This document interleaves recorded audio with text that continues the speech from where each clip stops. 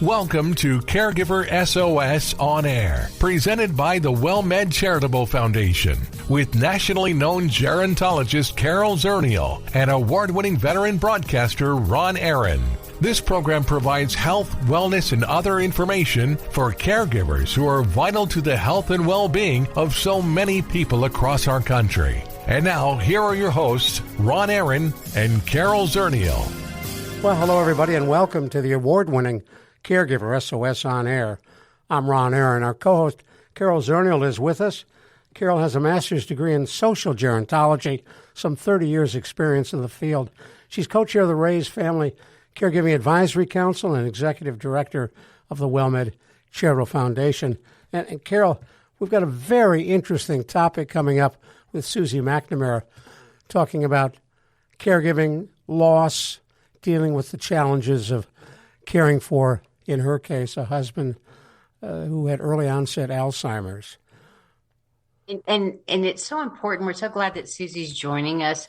You know, the feelings caregivers have when their relationship changes, when they know they're losing someone to an illness. It's so challenging, but it's universal. A lot of us have to grieve while we're in the process of caregiving. A lot of us don't feel like we are still just the wife or just the daughter. You know, the relationships change. It's challenging. Right. Well, let me take a moment and introduce Suzy McNamara. She's an author, speaker, caregiver, and grief advocate whose work explores the emotional realities of loving someone through loss. She's the author of The Silkworm, The Magician, and The Sister Tree, and we'll find out what that means. A deeply human reflection on caregiving, faith, and enduring connections. In 2024, Suzy lost her husband of 37 years.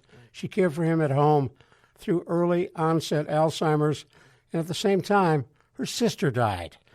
What a challenge. Suzy McNamara, thank you for joining us on Caregiver SOS On Air.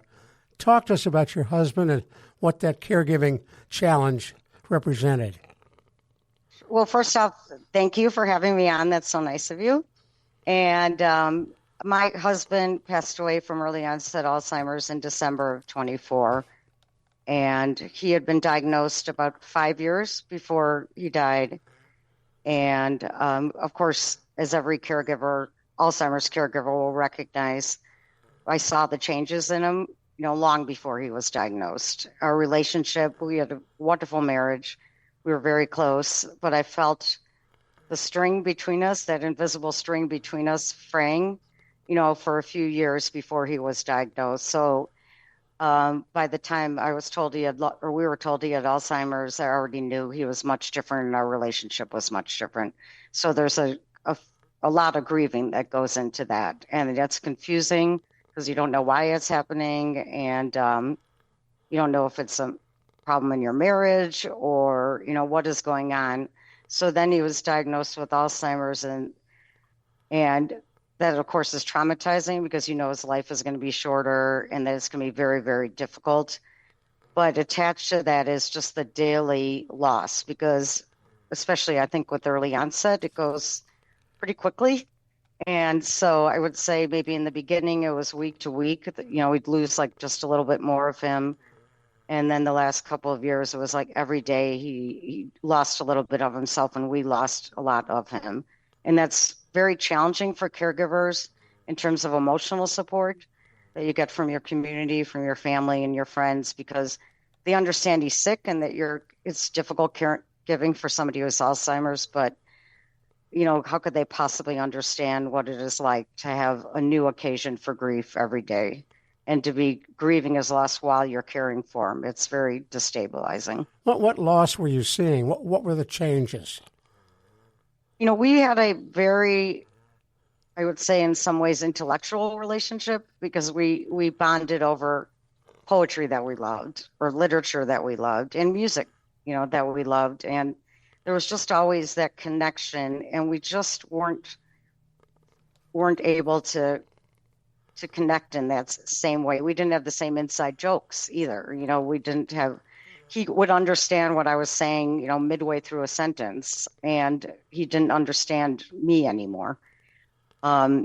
he didn't understand certainly holidays, birthdays, anything like that. I mean, that seems somewhat superficial, but it's all kind of part of the relationship package, in a way. And we weren't communicating in the same way anymore. We weren't able to. And both of you spoke about the loss of identity that you feel. And I think that that's such a big part of it, because your relationship with your spouse, it changes. And so you don't feel like a spouse in this way. I didn't feel like a wife in the same way. We weren't partners in the same way. So, oh, go ahead. No, I was just going to say, so what did you tell yourself to get through some of that? What I found to be somewhat self-soothing or soothing was, instead of focusing on me not feeling like a wife as much anymore, I really just tried to focus on bringing joy to him. I loved him so much, even though, he really couldn't love me in the same way, because his mind and his emotions weren't operating in the same way. So I tried to channel all that love I had for him in taking care of him, but also really focusing on bringing him joy on a daily basis. Because it's another difficult part about caregiving is it's terrifying. Alzheimer's is terrifying to care for, because you really don't know what's coming down the pike, if you're going to be able to handle it. Bob was like a foot taller than me at least. And, if I was going to be able to handle it physically or emotionally, if my patience would stay grounded, in the same way. So I tried to, instead of worrying about the future, I tried to channel on the day-to-day, bringing him joy. And so my identity shifted from being the wife that he took care of emotionally, financially, physically, all our years of marriage, into becoming the person that was going to bring him joy every day. Now, hold that thought. We're going to come right back to you. For those of you who just joined us, you're listening to the award-winning Caregiver SOS on Air, our program available on podcast, wherever you get your podcast. We're also on the radio in several cities in Texas and Florida as well. Our special guest, Suzy McNamara, we're going to find out about her book as well, talking about the loss of her husband 37 years after caring for him. He passes away, early-onset Alzheimer's, and at the same time, her sister dies. Talk about a double whammy. Our co-host, Carol Zernial, is with us. Suzy, tell us about your sister, because at the same time, you lose her. Right. Another big part of my identity was being a sister. And, my sister was definitely my emotional support, and I was hers, our entire lives. And she kept me very grounded in terms of feeling like I was myself. We would talk first thing in the morning every day, several times throughout the day. And she got sick, probably a result of COVID, or possibly the vaccine. It was, one or the other. And she died she was my baby sister, younger than me. And she died 5 months. No, she died in May, and Bob died in December. So when Bob was diagnosed, one of the thoughts I had was, I was trying to make myself feel better. And I was like, well, Lizzo, that was my sister's name. We'll spend the rest of our lives together after Bob goes. And that obviously went away. And it was, I had to, because it was, at that time, Bob was just entering the final stage. Alzheimer's typically will be broken up into 7 stages. And Bob was just entering the 7th stage, which is, very difficult to care for physically and emotionally when she died. And so all those feelings of grief, she really was my foundation. And that just evaporated. And I just couldn't even really face the fact that she had died, because I had to focus all my energy in taking care of Bob. I'm still processing her death, because I was never able to process it in a healthy way, after she died. She loved Bob too. So, it's so sad, because she wanted to speak at his funeral, it was sad. Was he aware that she had died? He knew that something was wrong. At that point, he was pretty far along. Right. And she had given him, this is very sweet and heartbreaking too. The Christmas before, she had given him this sweatshirt, like a polo sweatshirt, a quarter zip. And he could tell, he could always sort of sense that there was something wrong. And then he must have heard her name a lot and, something wrong. And so every day, I would help him get dressed in the morning, and he kept grabbing for that sweatshirt I'm going to make myself cry, but he would grab for that sweatshirt every day for a long time. That was his connection. Yeah. I mean, he could just sense that there was something wrong, and he loved her like a little sister too, and yeah. Was he able to stay home with you until he passed? Yes, very luckily. I mean, when Bob was diagnosed, he was our breadwinner, like the main breadwinner, and our whole financial system just collapsed, and I had to work full time, but luckily I was able to work from home a lot of the time. But we had a caregiver that came in during the day to help me, or if I had to go downtown Chicago, then she would be there, because I was very committed to keeping him at home. And that's just the way I handled it. And I understand everybody has a different situation and what they can do physically and financially. But the kind of Alzheimer's that Bob had, he really didn't know where he was, like pretty much from the time he was diagnosed. And I think for my own sake, I just couldn't imagine him being in another place, being in a care facility, even though, believe me, especially towards the end, it probably would have been a safer option. We did the best we could. But I think a lot of that also connects to my identity as a wife, because I was able to continue my identity as a wife by taking care of him in the home.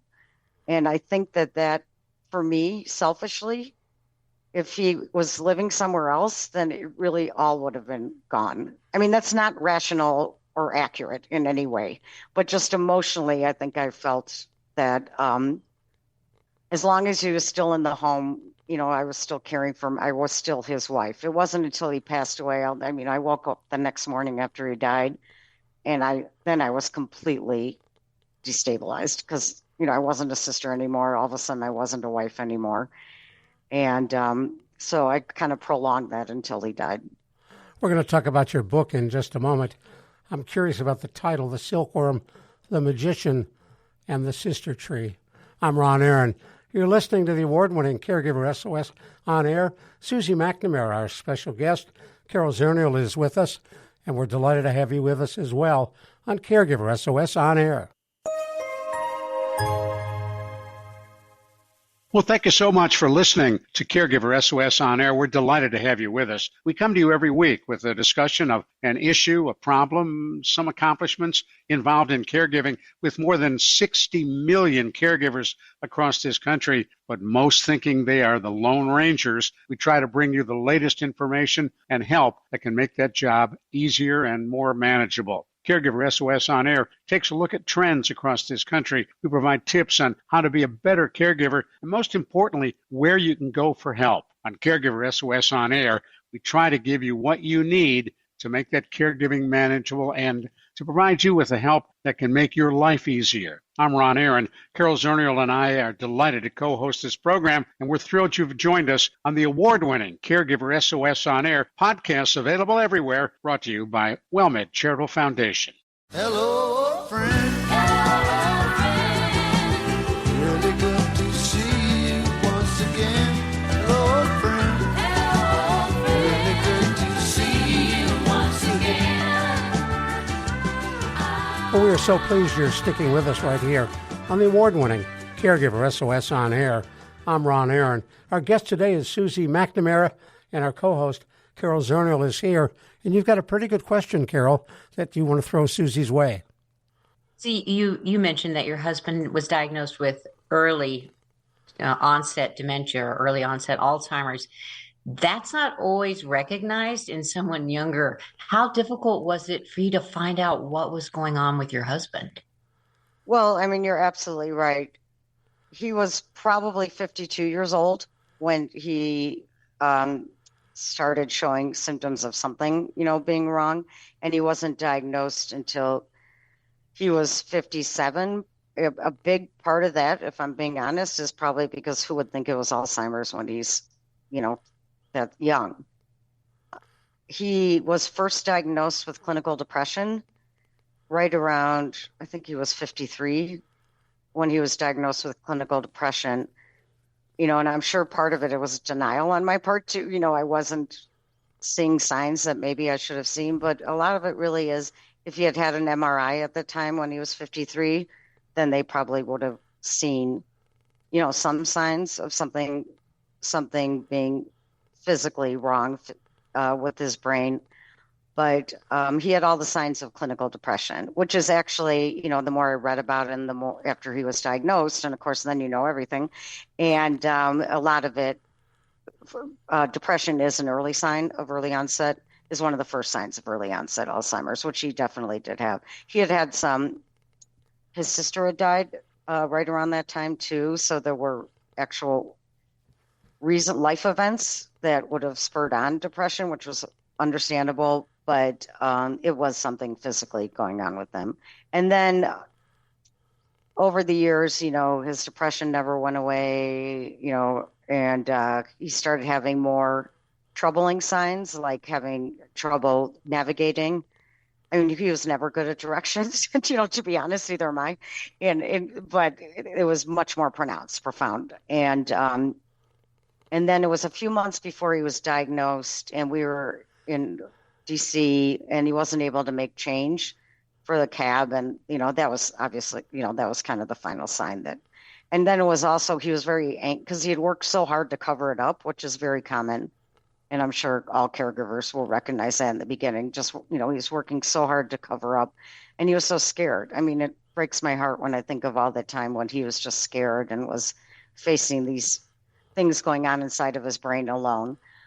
But took a while to get him to actually go to the neurologist. And then as soon as they did an MRI and found it. But it was quite some time.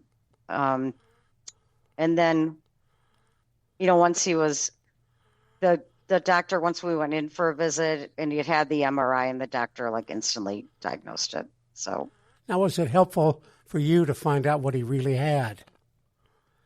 Well, I mean, I think emotionally, because I was struggling with all these feelings that there may have been a problem with our marriage or a problem between the two of us because we didn't have that same communication and that same connection, to know that there were physical reasons. I don't want to say relief because it's such a horrible diagnosis, but it did sort of switch my feelings of being kind of angry that we weren't communicating that well to becoming, super protective right away.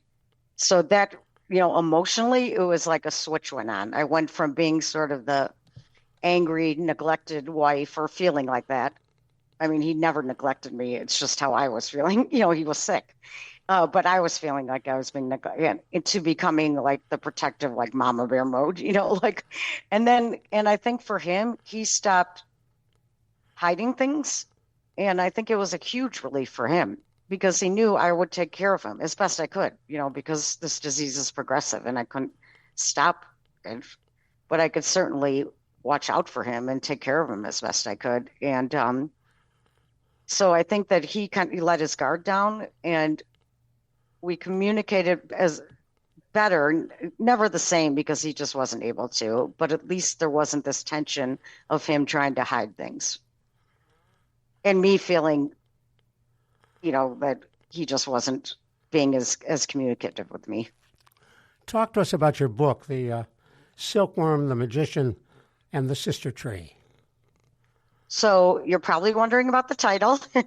So the Silkworm, St. Teresa d'Avila is a Carmelite saint, and she uses the metaphor of the silkworm to describe cocooning yourself to block out the outside world and become closer to God. But I also think it's a great metaphor for caregiving. The outside world is very harsh when you have Alzheimer's. People don't understand. It's scary to be out, where he doesn't know what he's doing. I'm like protecting him from walking out on the street or people treating him unfairly. So the outside world can feel somewhat harsh, and cocooning ourselves and really focusing on what was going inside our home and bringing joy inside our little nest, was very helpful to me just to have that image. The magician refers to the magic between a husband and a wife or two sisters, and the magic is lost, daily with Alzheimer's, which is one of the tragedies of it. And the sister tree, when my sister died, I dedicated a tree to her in a park near my home. And since that time, I've invited other women who have lost their sisters to bring a stone with their sister's name on it and surround my sister's plaque. And it's become a community of women who have lost their sisters, which has been really wonderful for all of us, because we go together, we sing songs, we say prayers or read poems and talk about our sisters. And it's really helped me process a lot of the grief I have for my sister. And hopefully these women, I know it's helped them too. It's beautiful. The imagery is beautiful. Was that something that you came to looking back, or was that something that you were understanding? Because when I hear you talk, it sounds like both your sister and your husband were very lucky to have someone who was trying to understand them. Thank you. That's so sweet. The silkworm imagery, I definitely thought about quite a bit because I was reading St. Teresa's books, and it was just such a great visual for me to have. And also to feel like the cocooning is positive, like being in your home with the person that you're caring for is a positive experience, because it can feel very isolating. And if you can reframe it into being a positive, I just thought that was healthy for me. That actually helped me. The sister tree just happened. It was after she died, and I was looking at the plaque, and a woman came up to me and was asking me about the plaque and said, "This looks like kind of a younger woman." And I said, "It's my sister. She just died." And the woman said, "My sister just died." And she told me the story, which was really heartbreaking. And I said, "Oh, just bring some flowers or something for your sister." And, that's how that happened. But I just love it because my sister was very humble, and she would never want the attention just to be on her. So the idea of her plaque being surrounded by stones of other women and it being more joyful was just so fitting with who she was as a person. And so others, I'm very lucky to have that place, to go to. Very lucky. As you think about others going through what you went through, what advice do you give them? How do you help them? I do think it's good can sound cliche, but if you're in the throes of caregiving for Alzheimer's, it really is a one-day proposition, because one day at a time, because the future can be very, very scary. And I think it worked for me to focus on bringing the joy into your household. And believe me, I know how challenging that is. There are days where joy is really impossible to find. You feel like it is. But even just trying to do that. Another thing I would say for Alzheimer's caregivers is, congratulate yourself. It's very, very difficult to be a caregiver. And you will not get the gratitude or the praise from the outside world that you deserve. Not that people are mean or anything like that. That's just not how life is. So sometimes you have to really congratulate yourself. Just getting through that one day that was very difficult emotionally and physically is really quite an accomplishment, and you should congratulate yourself for that. And in terms of losing my sister, I'm trying to just really focus on imagining her still with me, not in any, kind of supernatural way, but just the lessons that she taught me just by being who she was, and the love that she had for me is still within me. And she's not gone away. She is still within me, and she wants what's best for me. Both my husband and my sister do. So really remind myself of that. Okay, we are out of time. That helps me. For those who want to get a hold of your book, how do they do that? So right now I would go on my website, which is SuzyMcNamara.com, SUZY. And it's going to be on Amazon for sale, I think, first week of June. Cool. Hey, thank you. So really thank you appreciate so much. you joining us, Suzy McNamara. Carol Zernial, our co-host. I'm Ron Aaron. Thanks for joining us on Caregiver SOS On Air. The executive producer for Caregiver SOS On Air is Daniel Calderon. The producer is Sharice Pendleton. And the associate producer is Catherine Oglesby. We'll see you next week on Caregiver SOS On Air.